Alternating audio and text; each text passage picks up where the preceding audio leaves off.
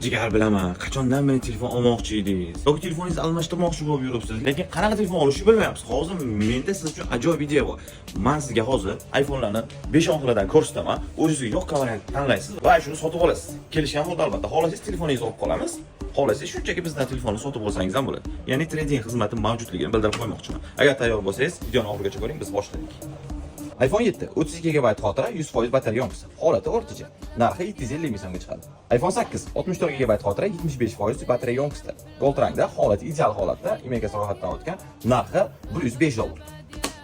iPhone SE 128 GB xotira, 76% batareya yo'qsa. Rangi qora, holati o'rtacha holatda. Narxi $110. iPhone XR 64 GB xotira, 79% batareya yo'qsa. Imekasi ro'yxatdan o'tgan, hech qanday aybi nuqsoni yo'q. Narxi $150.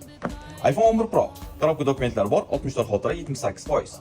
Hech qanday aybi nuqsonlar yo'q, imekalar o'tgan holatda, narxi $255. iPhone 11 Pro Max 64 GB xotira, 80% yo'qsa. Gold rangda, imekasi ro'yxatdan o'tgan, hech qanday aybi nuqsoni yo'q. Narxi $265. iPhone 12 64 GB xotira, 79%. Rangi qora. Holati o'rtacha holatda, aybi nuqsonlari yo'q. Narxi $235. iPhone 12 Pro 256 GB xotira, 70% yo'qsa. Rangi blue rangda, hech qanday aybi nuqsoni yo'q. Narxi $330 ga chiqadi. iPhone 13 oq rangligi 128 GB xotira, 87% batareya yo'qsa. Narxi $330. Arzonligining sababi ekrani bir marta alishgan, ammo original ekranga almashgan, hech qanday aybi nuqsoni yo'q. Hatto petnolari ham yo'q.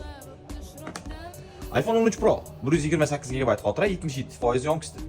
Hech qanday aybi nuqsoni yo'q. Narxi $410 ga chiqadi.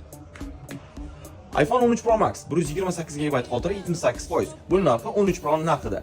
Ya'ni $460 ga berib yuboramiz. Nima sababdan arzonligini aytadigan bo'lsak, ekran bir marta alishgan, bu ham original ekranga alishgan, lekin hech qanday aybi nuqsoni yo'q. 30 kun davomida garantiya beriladi.